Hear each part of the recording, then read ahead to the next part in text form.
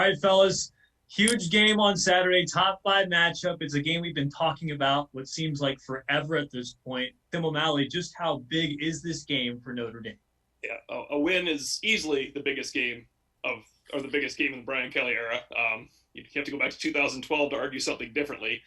And a loss is kind of crippling. Honestly, I know they get to play them again if they win out, and everybody assumes they would win out. That might not work out, but it'll be a lot harder to beat Clemson in Charlotte with Trevor Lawrence and some healthy defensive players up the middle than it is in your home stadium where things are set up for you. I know the crowd and the weather that everybody was praying for isn't coming, but Notre Dame has been pointing this game for, as we know, at least 3 weeks. This is something they have invested a lot more time in. It is a measuring stick, no matter what Brian Kelly says, and it's, he's 11 years in, so his most important game was the playoff game and the championship loss, but this is his most important regular season game ever. It's number 1 versus number 4 in November. You're lucky he's not watching this. He'd snap that measuring stick right over your head, O'Malley. After weeks of hyping this game up, he sits there this week and tries to downplay it. What's up with that? Yeah, there were 7 questions about Clemson and how much better Clemson is than Notre Dame, and is it a measuring stick, and how come you always lose a game that you should, how come you always don't show up once a year? You're thinking of Miami, you're thinking of Michigan, you're thinking of Clemson. And I don't think he wanted to hear about it because this is a week where he wants to be talking about their wins rather than their losses. Now, downplaying this game is ridiculous. It's been done before. He's downplayed Michigan before. I don't mean last year, but he has downplayed some of the rivalry games before. But I get his point. He doesn't want to talk to the media about why they stunk at Michigan last year, and I don't blame him for that.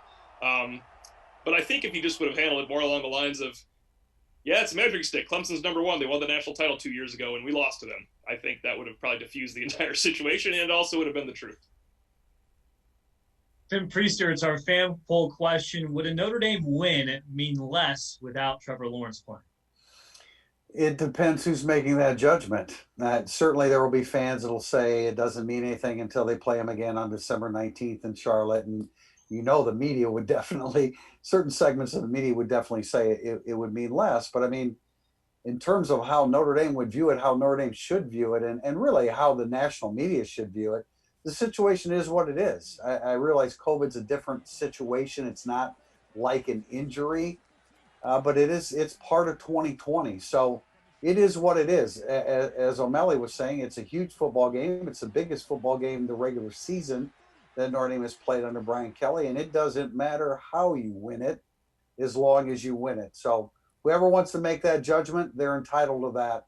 But win over number 1 is truly significant. TP, Brent Venables is one of the top defensive coordinators in all of college football.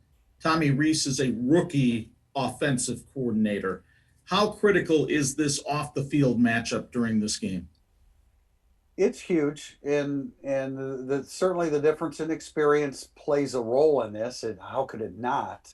But having said that, I don't think Tommy Rees is going to be overwhelmed by what Brent Venables wants to do from the standpoint he's seen it, he understands it, he knows what he needs to call, he knows what his players need to do. The tricky part, the difficult part, and this is part of being an offensive coordinator and owning it, is you got to get your players to execute it. And it's difficult. Now, this isn't as great of a Clemson defense as we've seen, so the buttons that Brent Venables pushes aren't quite as automatic as they were with a guy like Isaiah Simmons, that freak running around out there. So it's a great matchup. Tim O'Malley, after the 30-3 loss in the Cotton Bowl, Brian Kelly still said his team was on the brink of winning a national championship. How much closer is Notre Dame to winning its first title since 1988 than they were that day in Dallas? I think Clemson has come back, and Alabama has come back from where they were. That's one of the greatest national champions of all time in Clemson, considering how they absolutely blitzed Alabama, who we thought was one of the greatest regular season teams of all time because they finally had a top offense to go with their always great defense. I think those teams have come back a little. I actually think the Notre Dame 2018 team was better than this team, though. So if you're looking at it from a talent perspective, I still don't think Notre Dame is that close to winning a national title because not only do you have to beat Clemson 1 or 2 times in the regular season, you're going to have to get somebody in the semifinal and somebody in the final. It's just there's 3 teams that are ahead of everybody else, and Notre Dame is in that next tier where you're 4, 5, 6, 7. They haven't beaten a number 1 team in 27 years. Does that happen today? I actually thought Notre Dame would win it going into the week.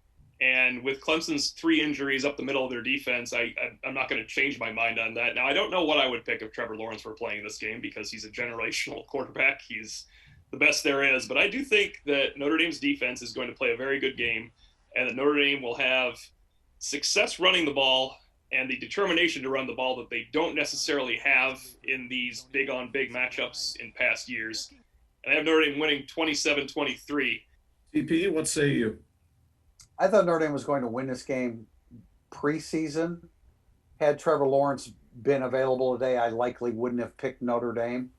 But I do, and I think Ian Book certainly has to play one of his better games. But to repeat what O'Malley said in terms of what has happened to the Clemson defense, not only the injuries to Tyler Davis at defensive tackle, linebackers Jones and Skalski, but you have to think back Isaiah Simmons from last year. That 3/4 of their secondary. This is a dramatically less effective Clemson defense than what we saw last year at this time. So I'm inclined to, I think it's Notre Dame's time. And I think it's Notre Dame 24, Clemson 23.